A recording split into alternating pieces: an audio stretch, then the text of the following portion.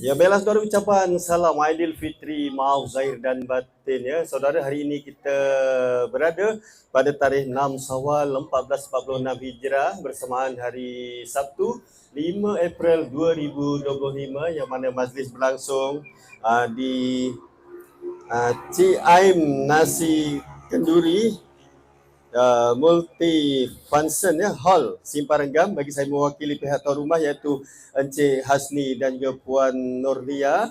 Saya ucapkan selamat datang kepada para hadirin sekalian yang hadir pada petang ini. Semoga ikatan persaudaraan di antara kita semua akan terus erat terjalin hendaknya sehingga ke akhir hayat.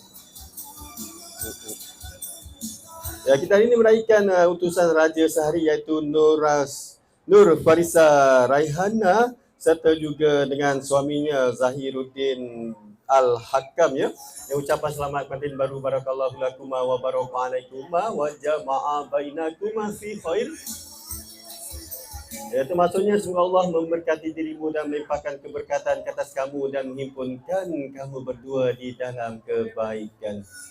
Hari ini kita masih lagi dalam mood raya, dalam suasana hujung-menghujung. Mungkin saudara ada menghadiri di mana-mana majlis rumah terbuka. Alhamdulillah, semoga dipermudahkan urusan saudara semua untuk menghadiri majlis-majlis rumah terbuka saudara ya.